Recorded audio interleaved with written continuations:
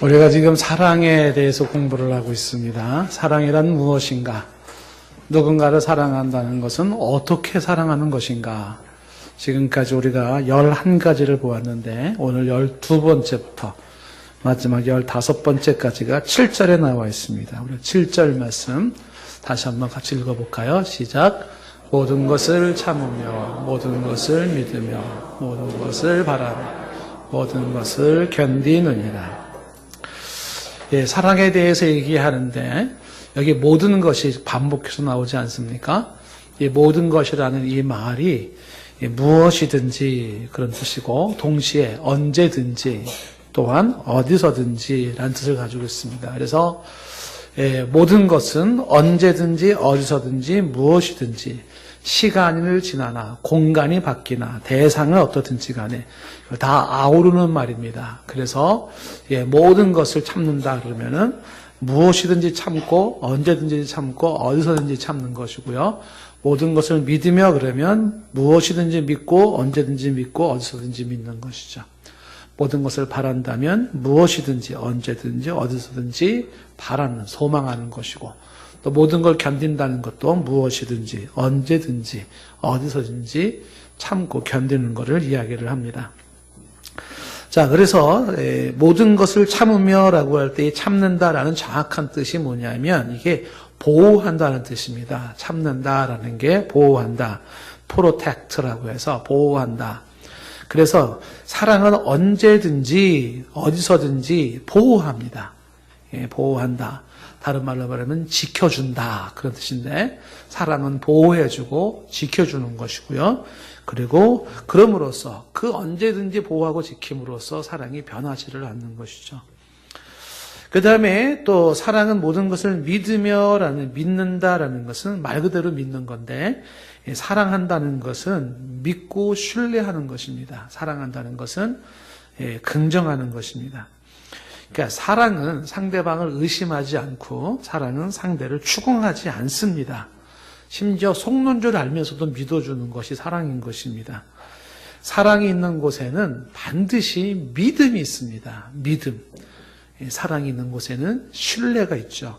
사랑은 믿음과 신뢰를 가지고 있습니다. 그리고 이 사랑은 항상 긍정적이기 때문에 사랑은 항상 모든 게 잘 될 거라고 믿지 잘 안 될 거라고 믿지를 않아요. 그러니까 사랑하는 그 가운데서는 항상 모든 건 잘 될 거야 라는 그 믿음을 갖게 됩니다.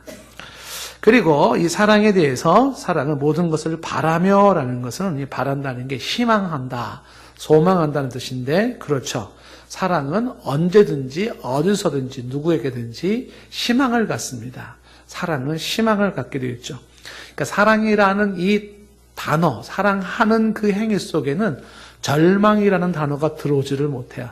절망과 사랑은 공존할 수 없어요. 사랑과 악이 공존할 수 없고 사랑과 불의가 공존할 수 없는 것처럼 사랑과 무례함이 공존할 수 없는 것처럼 이 사랑이라고 하는 이 속에는 절망이라는 게 들어오지를 않아요. 사랑은 항상 희망합니다. 사랑은 희망하게 되어 있습니다. 그래서 사랑이 있는 곳에 희망이 있고 그래서 사랑은 희망하기 때문에 항상 기다리죠. 천년이고 만년이고 기다려요. 사랑하면. 그게 바로 사랑이 희망을 가지고 있기 때문에 그렇습니다. 성경에 보면은 라헬을 사랑했던 야곱의 이야기가 나옵니다. 그 야곱의 사랑 이야기를 뭐라고 표현하냐면 창세기 29장 20절에 이렇게 말을 해요. 야곱이 라헬을 위하여 7년 동안 라반을 섬겼으니 그를 사랑하는 까닭에 7년을 며칠같이 여겼더라 그랬습니다. 그러니까 사랑하는 까닭에 7년이 며칠 같아요. 1년이 하루 같은 거예요. 사랑하는 까닭에 7년이 뭡니까? 이렇게 7년을 기다려서 라헬을 아내로 맞이한가 싶었더니 또 라반 이 삼촌이 거짓말을 해가지고 또 7년을 또 일을 해요. 그래서 이 야곱은 라헬을 사랑한 나머지 14년 동안을 삼촌 집에서 노동일을 했습니다. 14년간의 이 야곱의 수고가 있었고 봉사가 있었지만 야곱은 그 수고, 그 봉사가 즐겁기만 합니다. 왜일까요? 사랑을 전제로 한 수고와 봉사이기 때문에 그래요. 사랑에 근거한 수고와 봉사는 즐겁습니다. 사랑을 근거로 한 섬김은 즐거워요. 아낌없이 주는 나무에서 말해줬던 것처럼 내 모든 걸 다 주고도 행복합니다. 사랑을 근거한 수고와 봉사와 섬김은 내 모든 걸 다 주고도 행복해요. 바로 그것이죠. 바로 사랑하기 때문에 바라며 희망하고 있어서 7년을 하루같이 보내는 것입니다. 사랑은 참고, 사랑은 믿으며, 사랑은 소망한다, 희망한다 하고 이야기를 하는 것입니다. 노총각을 이제 장가가 가서 노총각이 신혼여행을 떠날 때 친구들이 공항까지 배웅을 했던 모양입니다. 또 노총각 장가 가니까 좋아가지고 이제 공항으로 배웅을 했습니다. 그리고서 이제 남아있는 친구들이 그냥 헤어지기 좀 그러니까 목이나 축이자며 한 자리에 이렇게 앉았다는 거예요. 그래서 이 사람들이 이런 얘기 저런 얘기 하다가 대화가 이쪽으로 흘러가기 시작을 합니다. 총각 때가 좋았지. 결혼하면 좋은 시절은 끝. 결혼은 곧 무덤이라고 하잖아. 다들 고개를 끄덕끄덕거리면서 동의를 하기 시작했습니다. 늦게 들어온다고 잔소리, TV 좀 본다고 잔소리, 늦잠 좀 잔다고 잔소리, 깨끗이 안 씻는다고 잔소리, 뭔 잔소리가 그래도 많은지. 이래라 저래라, 이건 하라 이건 하지 마라. 아, 여자들은 글쎄 남편들이 밖에서 얼마나 스트레스를 받는지 모르나 봐. 그치? 맞아. 그렇다니까? 막 얘기가 오고 가고 있었던 거예요. 모두가 한 처지가 돼가지고 넋두리를 그렇게 하고 있었습니다. 자, 근데 그쪽에 한 구석에 앉아있던 한 친구가 빙그레 웃으면서 주머니에서 부스럭부스럭 한 곱게 접은 쪽지 하나를 꺼내는 겁니다. 이 친구는 다니던 회사를 작년에 그만두고 통신 관련 사업을 해보겠다며 여기에 저기 쫓아다니는 친구였습니다. 그 친구가 쪽지를 하나 꺼내들고서 이야기를 하는 겁니다. 내가 몇 달을 공들였던 입찰권 하나가 며칠 전에 최종 무산이 되었거든. 하도 속이 상해서 밤늦게까지 방황을 하다가 집에 들어가 바로 골아 떨어졌어. 아침에 그냥 아침밥도 안 먹고 그냥 불안하게 집을 나왔는데 나와서 오갈 데도 없는 상태에서 보니까 호주머니 쪽지가 하나가 이렇게 나왔더라는 거예요. 그 쪽지를 이렇게 딱 펴보이는데 그 쪽지가 깨알 같은 글씨로 아내가 거기다가 편지를 써가지고 쪽지를 해서 남편 호주머니에 넣는 겁니다. 그 쪽지의 내용은 이렇게 쓰여 있어요. 여보야, 이게 뭔가 하면 말이지 일종의 격려금. 일이 잘 안 되더라도 너무 용기를 잃지 않기를 바래. 동현이, 기현이랑 나는 자기만 믿고 살잖아. 힘내. 이런 글이 쓰여 있는 쪽지와 함께 10,000원짜리 한 장이 들었을 때요. 이게 조금 이제 오래된 얘기니까 지금으로 말하면 한 5만 원이나 한 10만 원 정도가 되지 않을까 싶어요. 그렇게 돈이 좀 들어있고 쪽지가 이렇게 쓰여 있더라는 겁니다. 그날 일자리가 없어서 방황하고 있는 이 남편에게는 하루 종일 기분이 참 좋았대요. 아, 이래서 결혼하는 건가 보다 라는 생각도 들었답니다. 그날따라 아내가 참 예뻐 보였다고 이야기를 하는 겁니다. 그 아내인들 실직한 남편이 어찌 답답하지 않을까요? 어찌 가정에 대한 염려가 없었겠습니까? 지칠 수도 있고 무능해 보이는 남편이 실망스러울 수도 있고 한심스러울 수도 있겠죠. 그러나 이 아내는 남편을 사랑하는 것만큼은 실패하지를 않은 겁니다. 사랑하기에 희망이 있죠. 사랑하기에 참고, 사랑하기에 믿으며, 사랑하기에 소망하는 것입니다. 그 사랑이 때로는 사람을 살리죠. 그 사랑이 가난을 이기게 하고 그 사랑이 실직도, 질병도, 슬픔도, 절망도 이기게 합니다. 그 사랑이 깨졌던 관계를 회복시키고 그 사랑이 무너진 가족도 다시 일으켜 세웁니다. 심지어 그 사랑은 죽어가는 자도 살리는 힘이 있는 것입니다. 사랑은 모든 것을 참으며 모든 것을 믿으며 모든 것을 소망하는 거죠. 사랑에게는 결코 절망도 없고 사랑에게는 결코 실망이나 혹은 사랑은 언제든지 포기하지를 않습니다. 집을 나간 자식을 향해서 이웃 사람들은 그 자식 죽었다고 생각하라고 포기하라고 말을 하지만 어머니는 그 애는 반드시 돌아올 거라고 말을 하죠. 사랑하기에 기다리는 겁니다. 사랑하기에 희망을 버리지 않는 것입니다. 망나니 같은 남편이 예수님을 계속 거부할 때 사람들은 아유 남편 가망 없어 포기해 라고 말할지 모르지만 아내는 그이는 반드시 믿을 거예요. 반드시 예수님을 믿을 겁니다. 라고 이야기를 합니다. 사랑하기에 소망을 놓지 않는 겁니다. 한번 따라해 봅시다. 사랑은 최악의 상태에서 최선의 상태를 바라본다. 사랑은 최악의 상태에서도 최선의 상태를 바라보게 되어 있습니다. 자, 뿐만 아니라 이 사랑은 7절 하반절의 끝부분에 가니까 뭐라고 되어 있냐면 이 사랑은 모든 것을 견디느니라 라고 되어 있습니다. 사랑은 견딥니다. 사랑은. 그래서 사랑은 흔들리지 않고 끝까지 버팅기는 게 사랑이죠. 심지어 희망이 사라졌어도 견디게 하는 게 사랑이에요. 끝까지 옆에 있어주고 끝까지 변함없는 모습을 유지하고 있죠. 그게 언제든지 어디서든지 무엇이든지 이렇게 되는 거죠.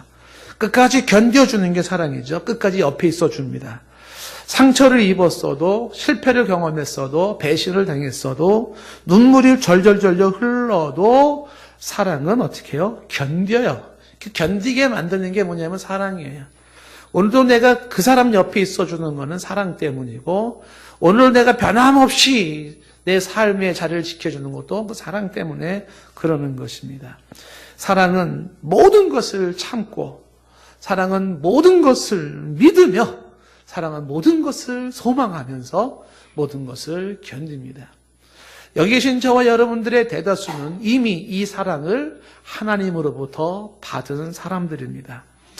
하나님이 우리를 향한 사랑이 바로 참는 사랑이었고 믿어주는 사랑이었고 그리고 소망하며 견뎌준 사랑이죠. 그 사랑을 우리가 받고 있다는 사실입니다. 죄인을 향한 하나님의 사랑이 그렇습니다.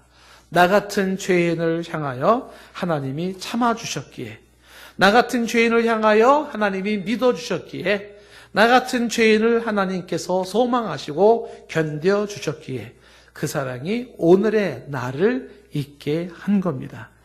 그 사랑이 없었다면 나는 벌써 이 세상을 떠났을지도 모르고요. 그 사랑이 없었다면 지금쯤 하나님의 영원한 심판을 받아 지옥에 던져졌을지도 모릅니다. 그 사랑이 나를 살게 합니다. 로마서 5장 6절 말씀에 말하기를 우리가 아직 연약할 때예요. 아직 연약할 때에 기약대로 그리스도께서 죽으시고 경건치 않은 자, 이 죄인을 위하여 죽어주셨습니다. 연약할 때에 하나님은 사랑을 베풀어 주셨죠. 그 사랑이 뭐예요? 참고 믿으며 바라며 견딘 사랑입니다. 8절 말씀에도 이어지는 8절에 우리가 아직 죄인 되었을 때에 그리스도께서 우리를 위해 죽어주셨죠. 죄인 되었을 때 우리를 위해 죽어주셨어요. 그래서 하나님은 우리에 대한 자기의 사랑을 확증하셨습니다.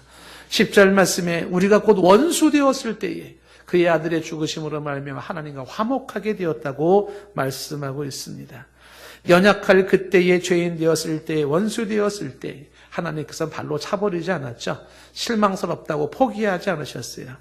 참아주시고 또 참아주시고 믿어주시고 또 믿어주시고 그리고 바라고 소망하면서 견뎌준 그 사랑이 오늘도 그 십자가의 사랑의 그 은혜 안에 들어오게 되었다는 사실입니다. 우리는 그 사랑을 이미 받은 사람이에요. 요한일서 4장 10절 말씀에 말하기를 사랑은 여기 있으니 우리가 하나님을 사랑한 것이 아니에요. 우리가 하나님을 사랑한다면 얼마나 사랑했겠어요? 그런데 그것이 아니라 하나님이 우리를 사랑하셔서 우리 죄를 속하기 위하여 화목제물로 그 아들을 보내신 줄로 믿습니다.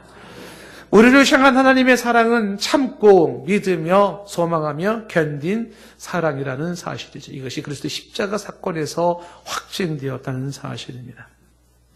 어느 시골 교회에 가난했던 목사님이 너무 교회가 어려워서 교회에서 보수를 받지 못해 가족의 생계를 이어가기 위해서 닥치는 내리를 했습니다. 막노동을 마다하지 않냐고. 그래서 일용직으로 봉사하면서 일하면서 생계를 유지하던 그 목사님이 치즈 공장을 다니면서 주일엔 예배를 드리지만 평일엔 치즈 공장에서 일을 하면서 생계를 유지하고 있었는데 그 치즈 공장에서 이 목사님에게 파도처럼 밀려오는 게 있었어요. 그게 뭐냐면 자신을 향한 하나님의 사랑이 밀려오기 시작했던 겁니다.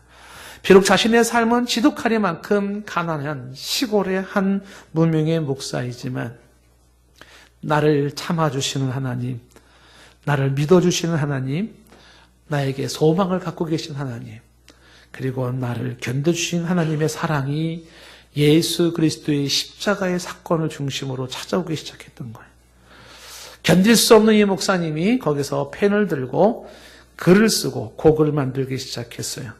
그것이 우리가 좀 전에 불렀던 찬송가 304장이죠. 그 크신 하나님의 사랑 말로다 형용 못하네. 저 높고 높은 별을 넘어 이 낮고 낮은 땅 위에 죄범한 영혼 구하려 그 아들 보내사 화목제로 삼으시고 죄 용서하셨네. 괴로운 시절 지나가고 땅 위에 영화쇠할 때 주 믿지 않던 영혼들은 큰 소리 외쳐 울어도 주 믿는 성도들에게 큰 사랑 베푸사 우리의 죄 사했으니 그 은혜에 질까. 하나님 크신 사랑을 측량다 못하네. 영원히 변치 않는 사랑 성도여 찬양하세요. 그리고 그때 도시락에 그 아내가 써준 글귀를 3절 가사로 실어놓은 거예요. 그 공장에 아내가 싸준 도시락에 붙어있던 아내가 써준 글귀는 바로 3절 가사 하늘을 두루마리 삼고 바다를 먹물로 삼아다. 영어 가사에는 이 지구의 모든 나무들을 깎아 펜촉을 만들어 쓴다 할지라도 그 크신 하나님의 사랑 다 기록할 수가 없겠네. 저 우주를 도화지 삼고 주 바다를 먹물로 삼고 이 땅의 모든 나무들을 펜촉 깎아서 쓰고 또 쓴들 그 크신 하나님의 사랑을 다 쓸 수 있을까? 하나님의 크신 사랑 그 어찌 다 쓸까? 저 하늘 높이 쌓아도 채우지 못하리. 하나님 크신 사랑은 측량다 못하니 영원히 변치 않는 사랑 성도여 찬양하세요. 가난 속에서도 나를 참아주신 하나님, 나를 믿어주시는 하나님, 나를 소망하며 견뎌주신 그 하나님의 사랑을 예수 십자가의 사건에서 주 예수 십자가의 대속의 사건으로 발견하며 감동했던 한 목사님의 이야기입니다. 비슷한 이야기를 최근에 제가 한 분으로부터 동영상을 하나 받았어요. 새롭게 하소서라고 하는 책에 나왔던 분이기도 한데 김기현 집사님이라는 분이에요. 한 10여 년 전에 이분의 책을 썼는데 마음의 눈으로 행복을 만지다라는 책을 썼습니다. 저분이거든요. 마음의 눈으로 행복을 만지다. 이분은 이 사연이 이런 사연을 가지고 있었습니다. 유난히 공부를 잘했던 사람이라 그래요. 외교관을 꿈꾸면서 전국에서 상위권 1%에 들어가는 아주 뛰어난 실력을 자랑했던 이분이었는데 지금 이제 김기현 집사인데 이분이 연세대학교 94학번 아주 우수한 성적으로 좀 들어가가지고 1학년을 보내고 여름방학 때였습니다. 그 여름방학 때 평상시에 불편했던 턱 부정교합 수술을 받은 거야. 여름방학 때에. 이게 턱이 이렇게 씹으면은 소리가 나고, 그 다음에 좀 찐득찐득한 거를 못 씹고 그래가지고서 이제 부정교합 수술을 받던 중에 전신 마취를 했는데, 그게 이제 문제가 된 겁니다. 그래가지고서 이물질이 목을 가로막으면서 3분 동안을 질식을 했대요. 근데 그 3분 동안에 뇌에 저산소 공급으로 인해서 뇌의 기능 일부가 망가지고 말았다 합니다. 그러면서 졸지에 턱 교정 수술을 갖다가 응급실에서 졸지에 시각장애와 전신마비를 겪게 된 거예요. 그러니까 시력을 잃게 되고 온몸이 움직이지질 않는 거예요. 그때 충격이 너무 커가지고 시력 안 보이는 게 문제가 아니라 몸이 움직여지질 않으니까. 그래가지고 병원에서 9개월 동안을 이제 재활치료를 받으면서 몸은 조금씩 움직이기 시작하는데 시력은 이제 회복이 되지를 않은 겁니다. 9개월간을 입원하면서 병원에 입원하면서 엄마는 한 번도 집에를 가본 적이 없대요. 그 딸 옆에서 딸을 이제 간호한 거죠. 아빠는 이 의료 분쟁 사건을 처리하기 위해서 동분서주하면서 10kg가 빠졌고요, 살이. 친할머니, 외할머니가 계속해서 충격으로 돌아가셨답니다. 치료를 위해서 약이란 약은 안 먹어본 약이 없고요. 그리고 국내에서 용하다는 무당도 불러가지고 굿도했답니다. 스포츠 신문에 나와 있는 아주 용한 무당을 불러다가 굿도하고 절에 가서 3,000배도 올렸답니다. 하지만 그 어떤 것도 아무런 효력이 없었다는 겁니다. 사는 게 너무 힘들고 절망스러워서 아파트에 올라가서 자살하려고 올라간 것입니다. 죽으려고 하는 그 순간에 순간적으로 밀려오는 게 지옥이 있으면 어떡하지 하는 생각이 확 밀려오는데, 이 세상에서 자기의 삶이 너무 힘들다고 죽으려고 하는데 지옥에서 더 큰 힘든 삶을, 영원히 살면 어떡하나 하는 생각에 뛰지 못하고 거기에 주저앉아서 울기 시작을 하는 겁니다. 죽고 싶어도 죽지 못하는 자신의 삶이 너무나도 답답했던 것입니다. 그러한 이분에게 학교 선생님, 교수님께서 전해준 고린도서 5장 17절 말씀이 이 사람을 사로잡기 시작을 한 거예요. 고린도후서 5장 17절 말씀은 그런즉 그리스도 안에 있으면 새로운 피조물이라 이전 것은 지나갔으니 보라 새 것이 되었도다라는 이 말을 듣는데, 그리스도 안에 있으면 새로운 피조물이라고? 그리스도 안에 있으면 새로운 피조물이라고? 새로운 피조물? 이 말씀을 곱씹으면서 이분이 이제 그 교수님께 상담을 요청을 한 겁니다. 자신의 갑작스러운 이 사고의 소식을 전하면서, 그러면서 그리스도 안에서의 새로운 피조물이 뭔지를 이제 묻기 시작을 했던 것입니다. 그때 교수님이 이분에게 복음을 증거해 주었어요.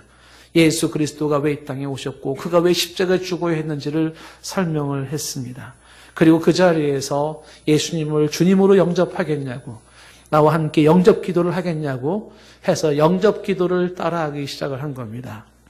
교수님께서 한마디 하면 이분이 따라하는 거죠. 하나님, 나는 죄인입니다. 하나님, 나는 죄인입니다. 나는 그동안 내 맘대로 살아왔습니다. 나는 그동안 내 맘대로 살아왔습니다. 울기 시작하는 거예요. 나는 죄인입니다. 그동안 내 맘대로 살아왔습니다. 눈물이 앞을 가리고 울기 시작을 하는 겁니다.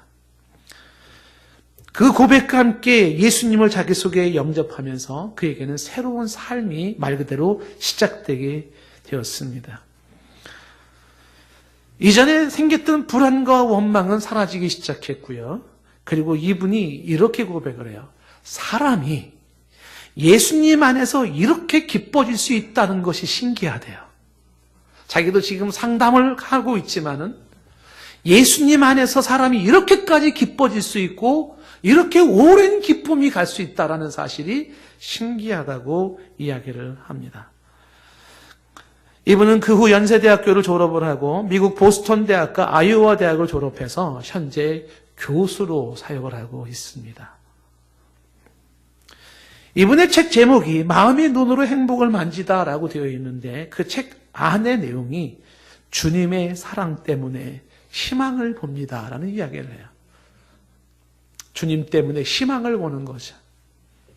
좀 전에 찬송가 304장을 작곡하고 작사했던 이 레만 목사님과 마찬가지로 나를 참아주신 하나님을 만났고, 나를 믿어주신 하나님, 나에게 소망과 희망을 갖고 있는 하나님을 만났고, 견뎌주신 하나님을 예수 그리스도의 십자가의 대 속에서 만난 거예요.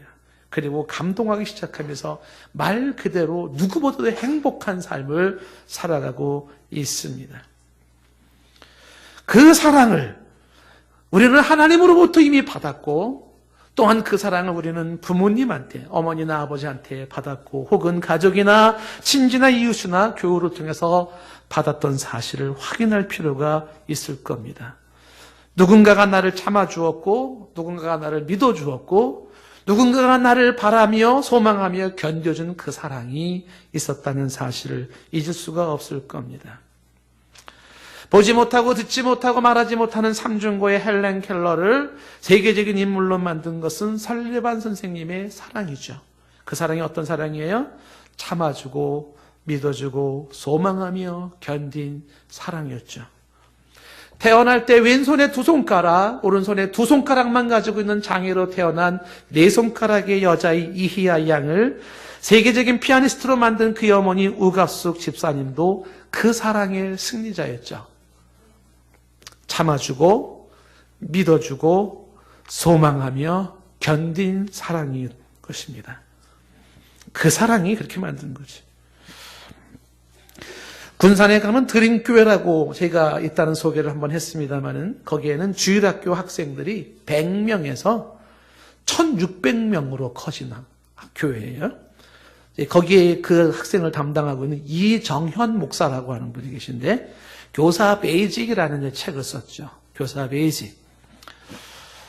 자, 이분의 이 책 중에 내용 중에 그런 내용이 나옵니다. 학생을 지도하는데 중학교 3학년짜리 12명의 아이를 지도할 때 12아이들이 내노라하는 망나니들이었다는 거예요. 누구도 못 말리는 애들이. 근데 이 12명의 아이들이 수련회를 참석하면서 수련회에서 은혜를 받기 시작하면서 수련회장을 초토화시켜버릴 만큼의 놀라운 변화가 일어났다는 겁니다. 누구도 통제할 수 없이 막 나가던 아이들이었는데 그 아이들이 수련회를 통해서 변화되기 시작을 했다는 것입니다. 근데 그 12명 아이 중에 한 명이 끝까지 교회로 돌아오지 않고 거부를 하더라는 거죠. 그 12명의 아이들에게 이열이라고 하는 이름을 붙여줬는데 이열이라는 것은 이정현의 12제자 뭐 이래가지고 이열이라고 말을 붙일 만큼 나머지 11명은 이 목사님을 아주 열심히 따르고 그렇게 저희는데 한 명이 끝까지 거부를 하더라는 겁니다.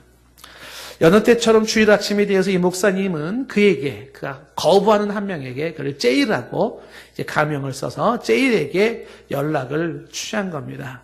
제발 불법 아르바이트 그만 좀 하고 교회를 오라고 내용을 보낸 겁니다. 불법 아르바이트를 했던 모양이에요.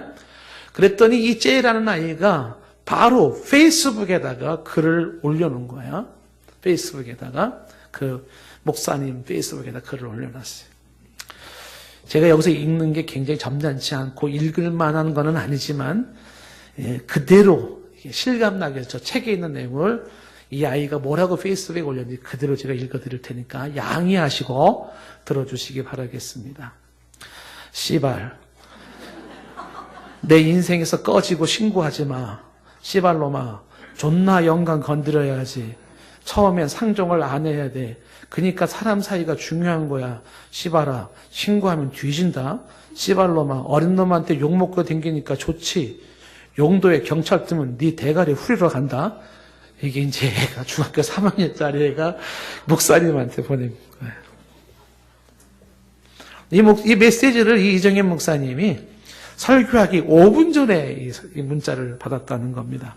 근데 아시다시피 페이스북에다 이걸 띄워놓으면요, 동시에 여러 사람들이 쫙 보잖아요. 전 세계 사람들이 다 보잖아요, 관련된 사람이. 그러니까 이제 11명의 친구들이 이 목사님을 따르는 11명의 친구들이 그 내용을 본 거예요. 기가 막히죠? 목사님한테 막 욕을 해대면서 하는 거예요. 그러니까 그 11명의 친구들이 이 이정현 목사님한테 하는 말이 그 제이를 자기들한테 맡겨달라는 거죠. 걔를 패든지 묻든지 조폭 형님에게 보내든지 하겠다는 거예요. 근데 이 목사님이 그 친구들 11명에게 말했답니다. 제이를 묻으면 걔가 변할까? 걔를 패면 걔가 달라질까? 때린다고 묻는다고 달라질 건 아니죠. 표현이 너무 거칠어서 여러분. 시간이 얼마 몇 달의 시간이 흐른 겁니다. 그 여름 수련회 때에 또 이열이라고 하는 이 친구들이 그 수련회를 참석을 했대요. 했는데 이번에 그 제이도 같이 또 참석을 했던 모양입니다. 불상사는 없었지만 그달에 달라진 모습은 보이지 않았답니다. 수련회가 다 끝난 후에 롤링 페이퍼라 그래서 이제 쭉 써가지고 종이에다가 이름 써가지고 할 말 적고 돌리고 하는 이제 롤링 페이퍼를 하는데 이 목사님 앞에 그 제이가 쓴 글이 또 딱 보인 겁니다. 목사님이 경직이 되기 시작했어요. 그리고서 눈물을 쏟기 시작을 했습니다. 그 제이가 롤링 페이퍼의 목사님에게 쓴 글이 이렇게 글을 썼어요. 지금까지 저는 목사님께 무례한 행동을 많이 했지만 목사님께서 제게 다 좋아하실 거야 등등 저에게 좋은 말만 해주셨습니다. 이번 여름 수련회 때 준원이 형한테 이야기를 들었습니다. 제가 전번에 목사님에게 심한 욕을 했을 때 준원이 형이 저를 엄청 혼내려다가 목사님께서 준원이 형에게 준원아 내가 제이를 제자로 키울 거야 라는 말을 했다는 말을 들었습니다. 목사님 많이 죄송하고 존경스럽습니다. 저도 잘 커서 목사님의 진정한 제자가 되겠습니다. 그 목사님이 그 글을 읽고서 울기 시작을 한 거예요. 사랑은 모든 것을 참으며 모든 것을 믿으며 모든 것을 바라며 모든 것을 견디죠. 결국 사랑이 이깁니다. 찬양합시다.